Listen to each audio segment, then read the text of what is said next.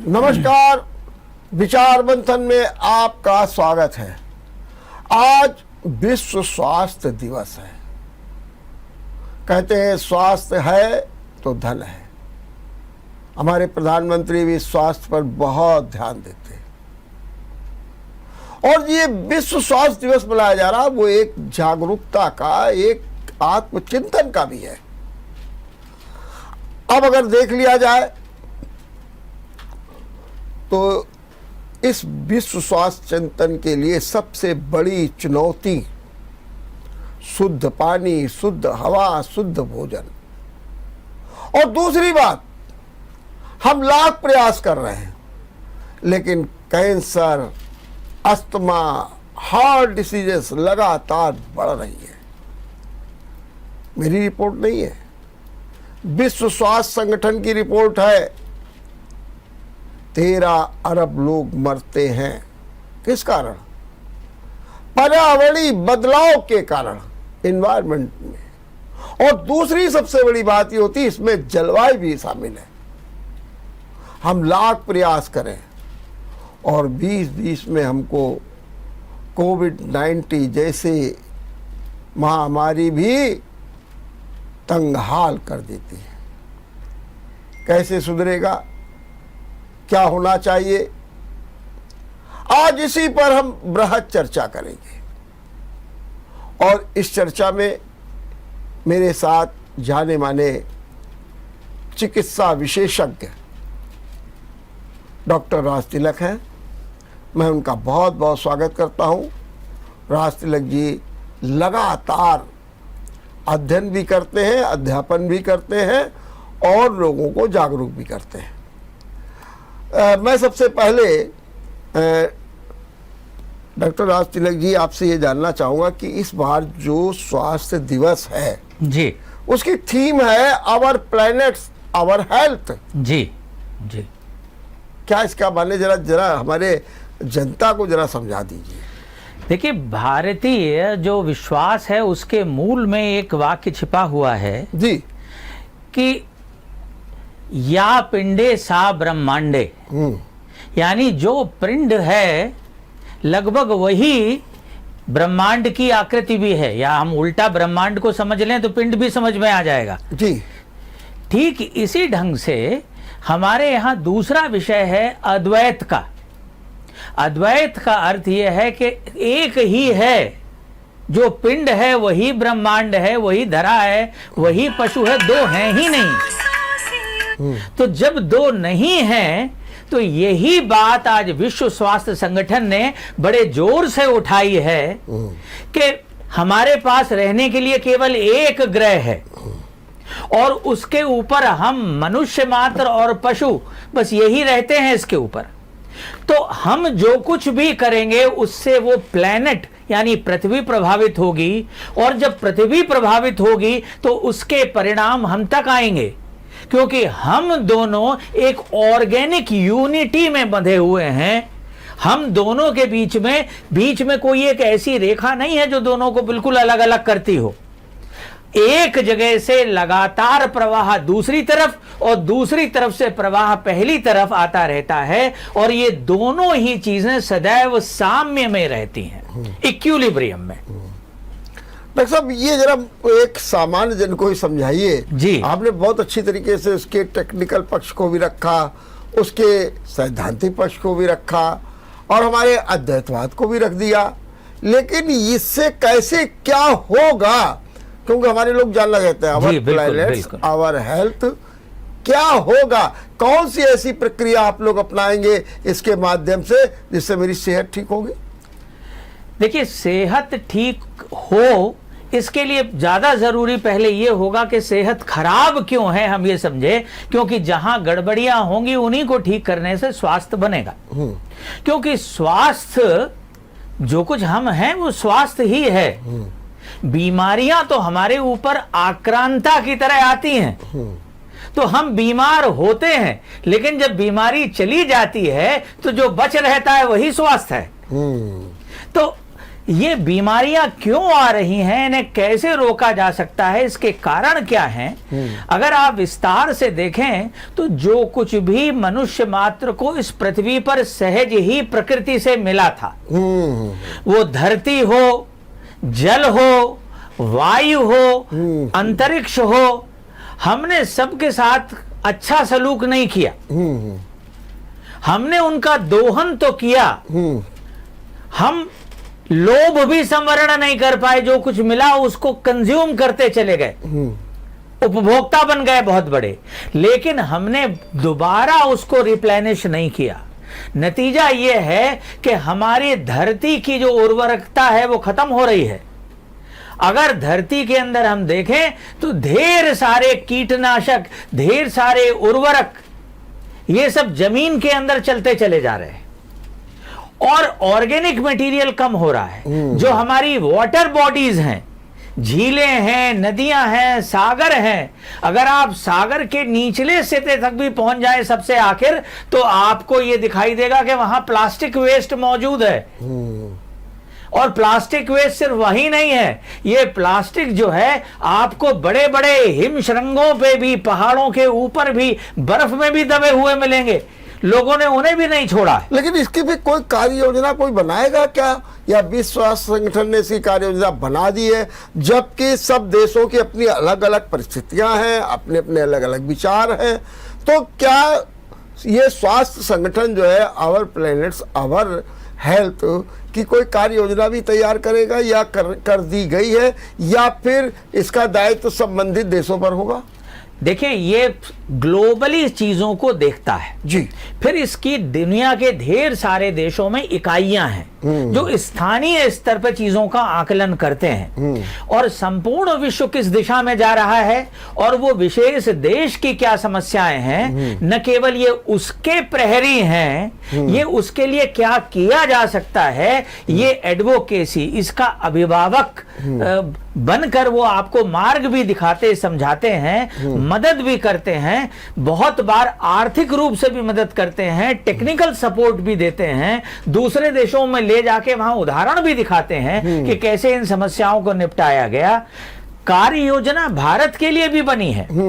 कागज पे योजनाएं बहुत बढ़िया इस देश में बनती हैं साहब, वैसे ही वो भी बनी है, कुछ काम हो भी रहा है, लेकिन इतना नाम मात्र को कि लगे कि कुछ हो रहा है, कुछ उसको प्रदूषण, जो मानसिक प्रदूषण है, आर्थिक प्रदूषण है, भ्रष्टाचार जिसे कहते हैं, वो खा गया, कुछ हमारी अकर्मण्यता खा गई, कुछ हमारे संसाधन जो हैं वो हम सोच नहीं पा रहे, देख नहीं पा रहे और जुड़ नहीं पा रहे उससे, इसलिए ये सारी चीजें जिस तादाद में जमीन पे जिस तेजी से उतरनी चाहिए उतरती हुई नजर नहीं आती। तो क्या डॉक्टर साहब आपसे मैं एक राय लूं कि आपने जिस तरीके से कहा हमारे हालात हैं, निश्चित रूप से स्थितियां विकट भी हैं, क्या करना चाहिए? मैं ये जो हमारे देश की परिस्थितियां हैं उनको देखते हुए क्या होना चाहिए, मैं केवल ये आपसे जानना चाहता हूं। देखिए, सारी चीजें जो हैं जैसे गंगा गंगोत्री से बहती है,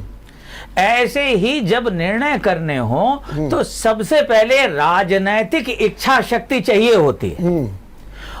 नंबर 2 पे जब हम राजनैतिक इच्छा शक्ति का संचार हमारे यहाँ होने लगता है तो फिर हमारे पास में ब्यूरोक्रेटिक लेवल आता है, नौकरशाही जो बड़े पैमाने पे ऊंची बाबूशाही है, वो उन दृष्टियों को, उन योजनाओं को क्रियान्वित करती है, धीरे धीरे वो पेरीफेरी तक पहुंचती हैं। और क्योंकि मामला स्वास्थ्य विषयक है इसलिए इसमें स्वास्थ्य तंत्र के तमाम सारे लोग भी जुड़ेंगे, वो इसको सोचने में भी, इसके निरूपण में भी और इसको लागू करने में भी उनकी भूमिका होगी। और वो सिर्फ डॉक्टर नहीं होंगे, उसमें नर्सेस, पैरामेडिकल वर्कर्स, आंगनवाड़ी के कार्यकर्ता, ये सब लोग मिलके काम करेंगे, तब ये चीजें नीचे पहुंचेंगी। और सिर्फ कानून बना देने से चीजें बदलती नहीं है, ये बात हमें समझ लेना चाहिए। ठीक, हम यहाँ एक छोटा सा ब्रेक लेंगे और ब्रेक के बाद अपनी चर्चा को जारी रखेंगे। आपका एक बार फिर स्वागत है। इसी बीच हमारे साथ जुड़ गए हैं इंडियन मेडिकल एसोसिएशन के अध्यक्ष डॉक्टर ब्रजेश शुक्ल जी। डॉक्टर ब्रजेश जी, मैं आपका बहुत बहुत स्वागत करता हूं।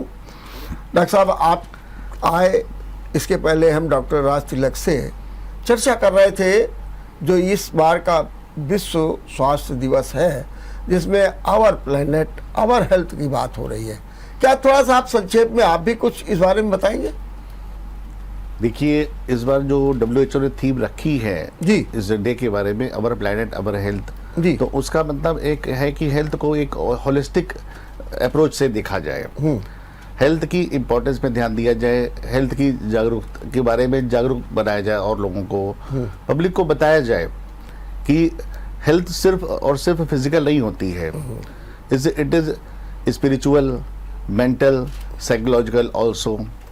इसमें जब हमारे सारे एस्पेक्ट कंप्लीट तरीके से कोई व्यक्ति फिट रहेगा इन सब में, तो ही वो प्रॉपर हेल्दी हो सकता है।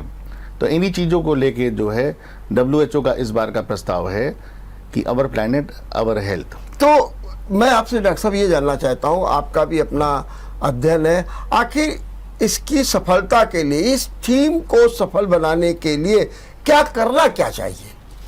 मेरे विचार से सबसे बड़ी चीज है, अपने देश की अगर कॉन्टेक्स्ट में बात मैं करूं, उसी की बात तो सबसे बड़ी चीज है जागरूकता। जी, हम लोगों में अभी हेल्थ को लेकर जागरूकता का अभी भी बहुत अभाव है। जी, हमारी तरफ से सरकार कोशिश कर रही है, प्रशासन पूरी कोशिश कर रहा है, लेकिन अभी जनता के बीच में थोड़ी सी जागरूकता का अभाव है। अभी भी हम देखते हैं पढ़े लिखे घरों में ऊपर बालकनी से कूड़ा नीचे फेंका जाता है।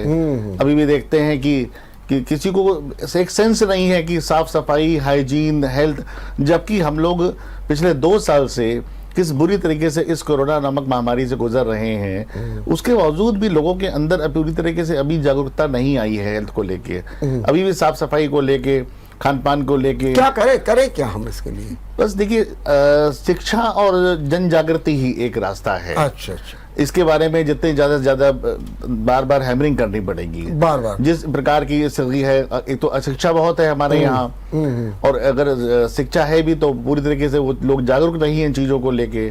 तो इन चीजों को इम्पोर्टेंस बतानी पड़ेगी बार बार हम लोगों को कि भाई आप साफ सफाई रखेंगे तो ही स्वस्थ रह पाएंगे, स्वस्थ रहेंगे तभी आप अच्छी तरीके से अपनी परफॉर्मेंस पूरी कर पाएंगे, जब भी आप अपने घर परिवार का भरण पोषण ठीक से कर पाएंगे।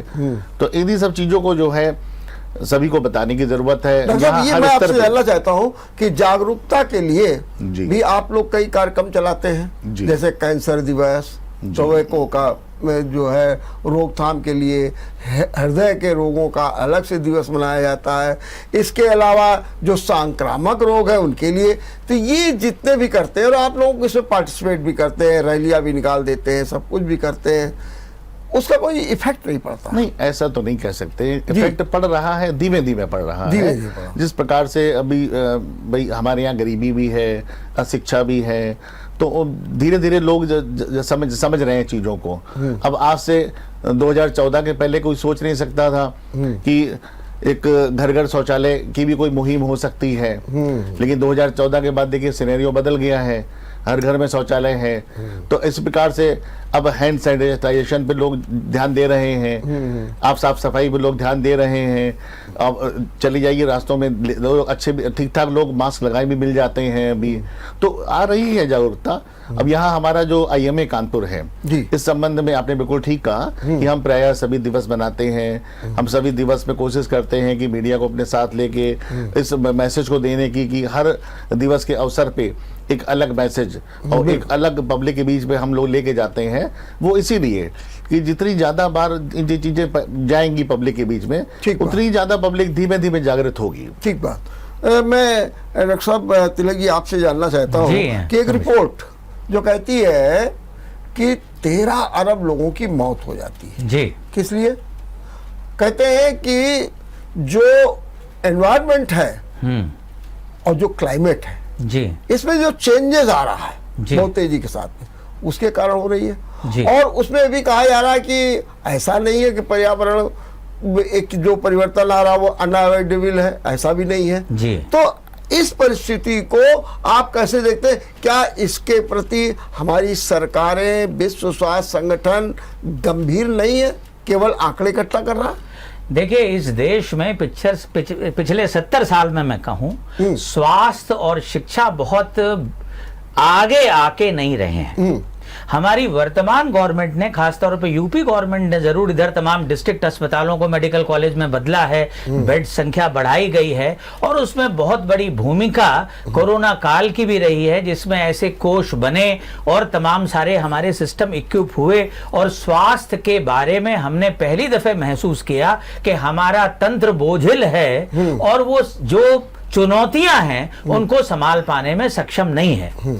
लेकिन यह कि आजादी के बाद से प्रारंभिक 70 साल तो ऐसा लगता है जैसे लोग इसको भार समझते रहे, इन दो चीजों को, शिक्षा और स्वास्थ्य को, और उसका बड़ा खामियाजा हमारी वर्तमान व्यवस्था में दिखाई देता है। क्योंकि दुनिया 2-4-10 दिन में या 2-4-10 साल में ठीक नहीं हो सकती है, इसे पर्याप्त समय चाहिए। तो जैसे मैंने कहा था, राजनीतिक इच्छा शक्ति चाहिए।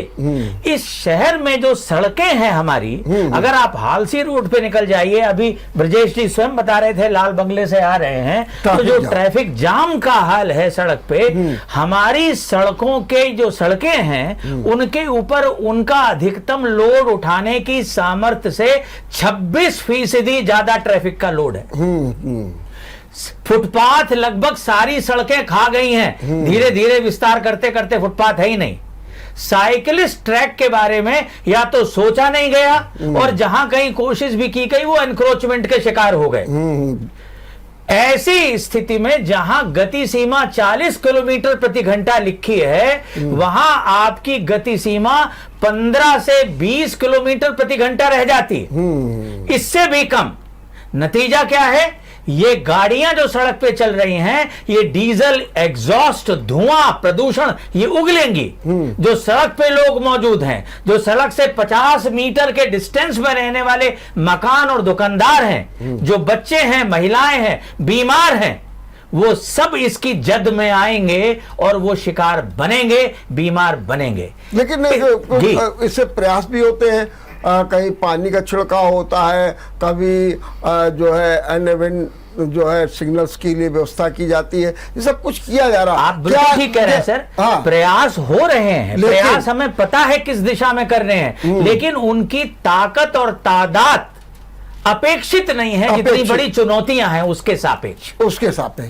दूसरी चीज मैं ब्रजेश जी आपसे जरा ये जानना चाहता हूँ कि एक रिपोर्ट मैं देख रहा था, जैसे कि मैंने ये देखा कि 13 अरब लोगों की ऐसे मौत हो गई, इसी प्रकार से एक बड़ी गंभीर रिपोर्ट है।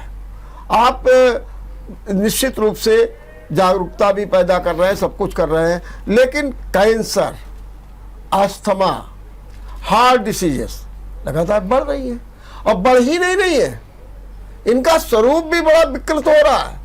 जैसे कि मैं कैंसर की बात करूं तो इनकी आयु वर्ग घट रही है, ये भी चैलेंजेस है, इन पर भी कोई ध्यान नहीं दिया जा रहा है। और कैसे फिर हम विश्व स्वास्थ्य दिवस को हम सफल बनाएंगे? आत्मचिंतन तो करना ही पड़ेगा। देखिए रमेश जी, ये जो बीमारियां हैं, cancer, asthma, blood pressure, heart diseases, ज़्यादातर इसमें से जो है वो लाइफस्टाइल से जुड़ी हुई डिजीजेज हैं हमारी।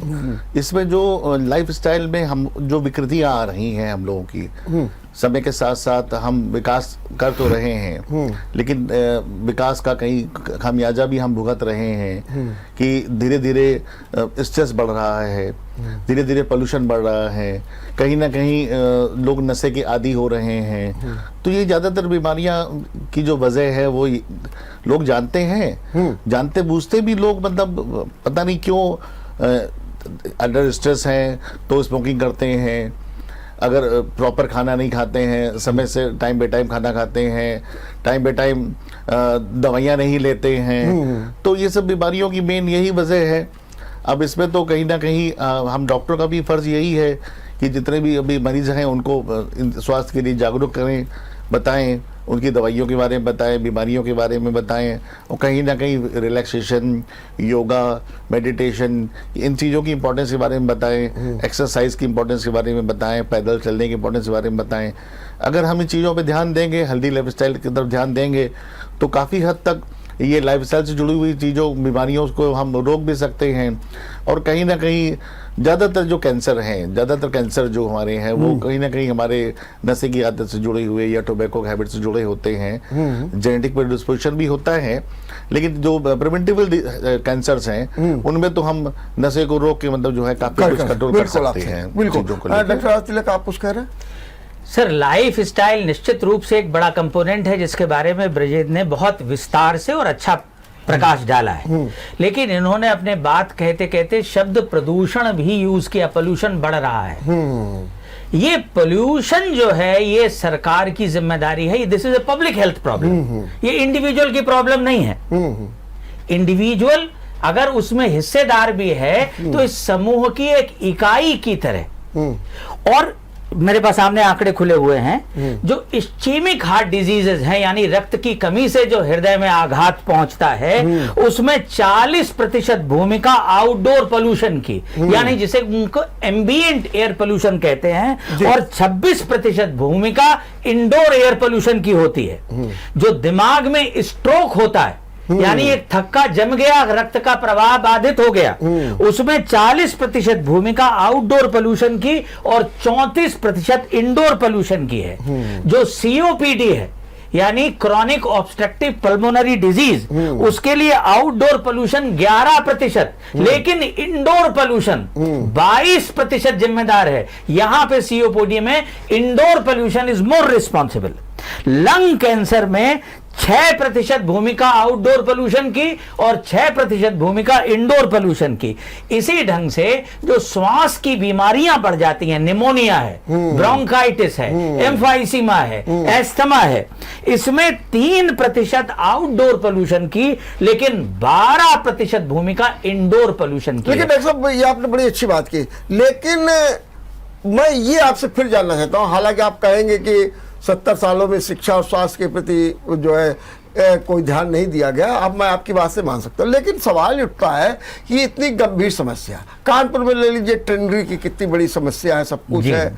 और मैं भी आपसे जिक्र भी कर रहा था कि ये ट्रेनरी की समस्या सबसे पहले 1830 में ये प्रस्तुत की गई थी, जब यहाँ पर एक ट्रेनरी खुली थी, और उस समय की ब्रिटिश हुकूमत ने भी इस पर चिंता दिखी।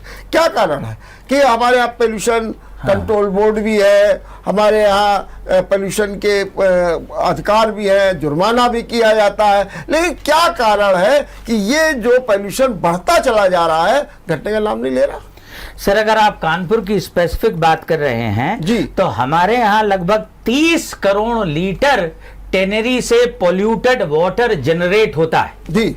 और हमारे पास जो कानपुर में ट्रीटमेंट प्लांट हैं वो सिर्फ 17 करोड़ लीटर को ट्रीट करने के लिए पर्याप्त हैं।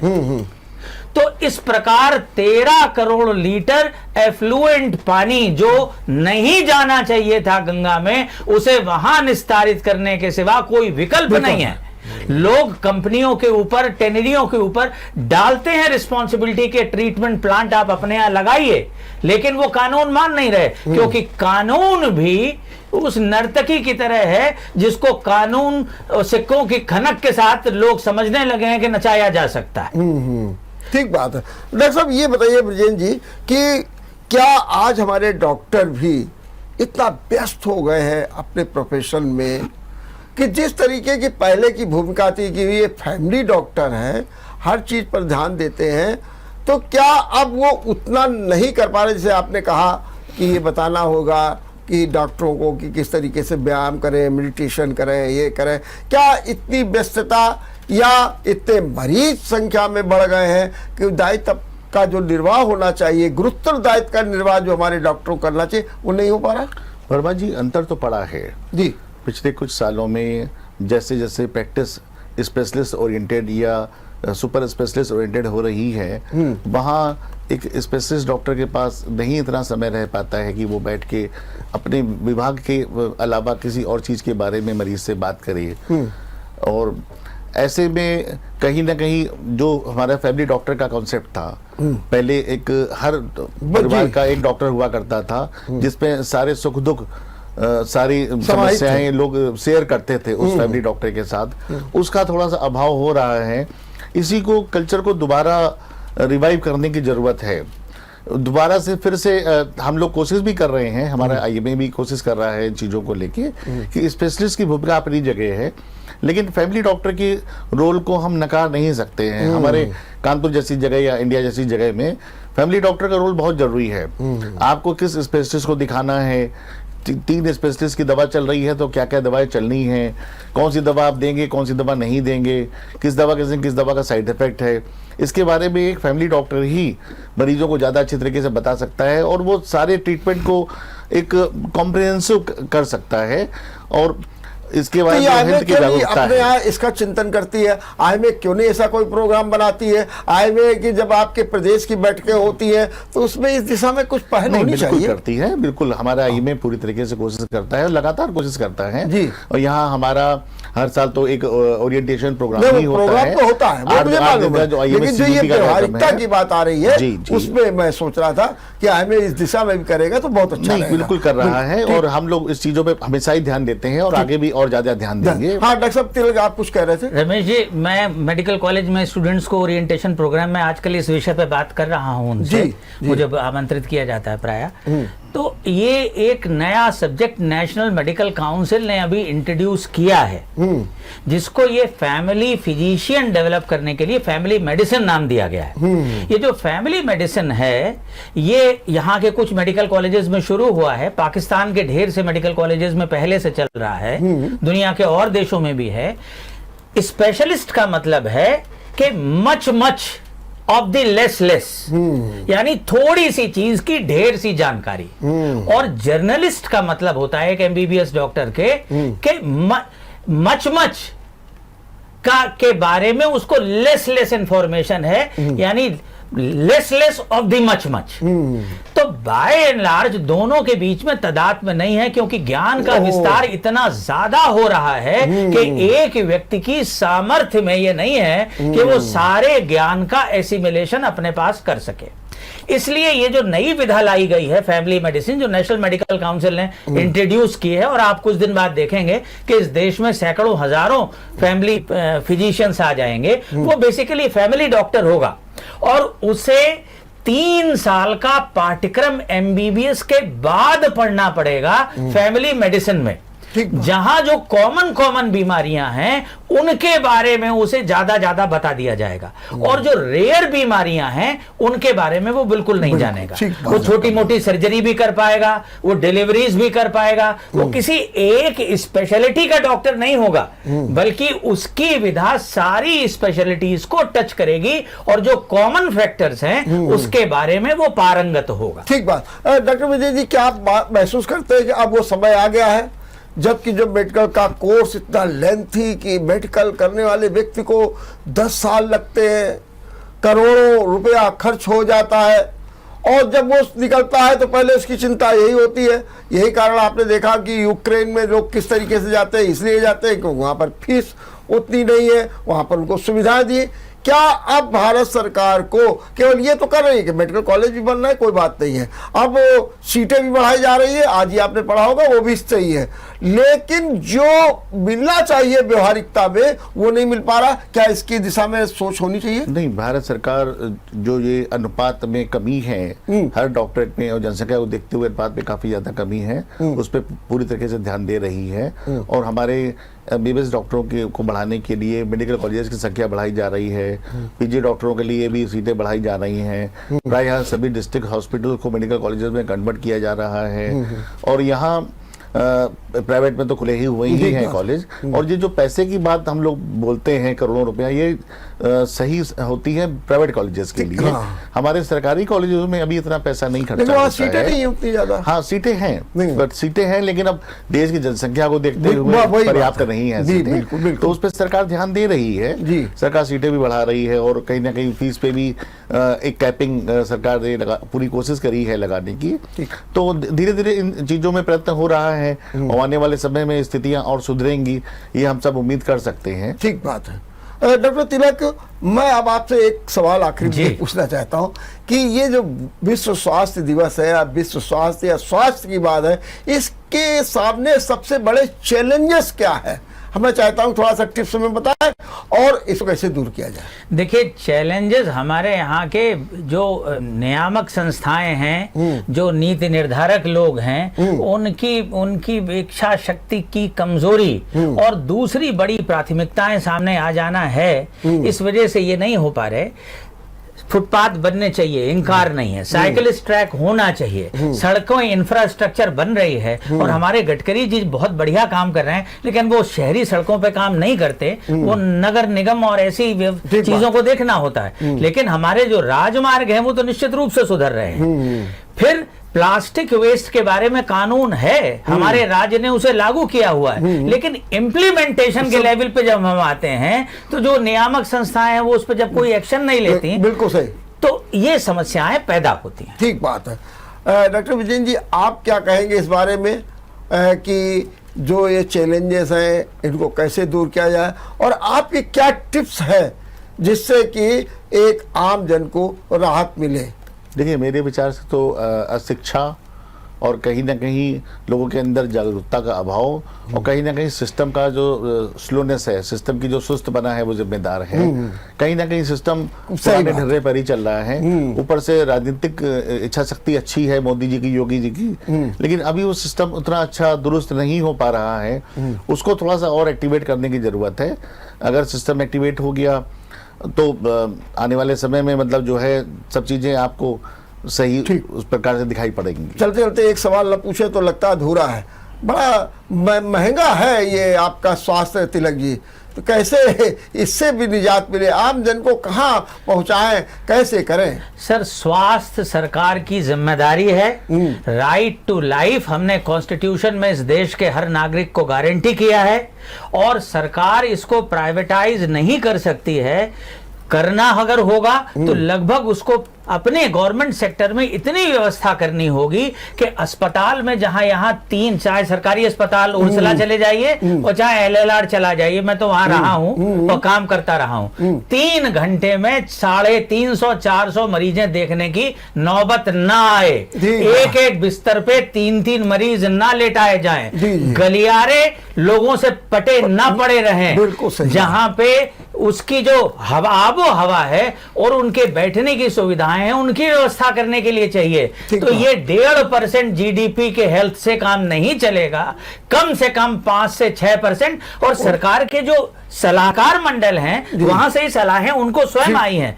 कुछ मजबूरियां रही होंगी, नहीं पैसा है, देश की चुनौतियां दूसरी हैं जो नहीं हो पाया, लेकिन ये मैं बिल्कुल नहीं कह रहा कि वो करना नहीं चाहते। ठीक बात। विजयन जी, आप इसका जवाब दें, लेकिन एक लाइन में मैं आपसे ये भी जानना चाहूंगा कि जैसे कोरोना जैसी एक समस्या एकदम आ गई और हमारे हाथ पैर फूल गए, क्या करना चाहिए? देखिए, जैसे मैं पहले एक बाकी बात पे जवाब दे दूं कि सबसे बड़ी समस्या जो है वो कहीं ना कहीं बढ़ती हुई जनसंख्या की भी समस्या है, जिसकी वजह से हमारा जितने भी इंतजाम है वो सब कम पड़ जाते हैं।